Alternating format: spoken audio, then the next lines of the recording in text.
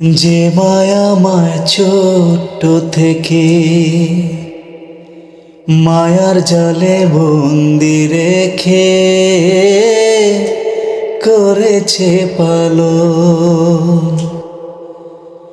হে প্রভু তুমিও তারে তোমার আরশ ছায়া নিরে করিও লালন, মাকে করিও লালন।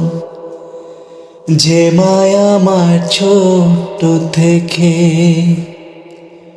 মায়ার জালে বন্দি রেখে করেছে পালন।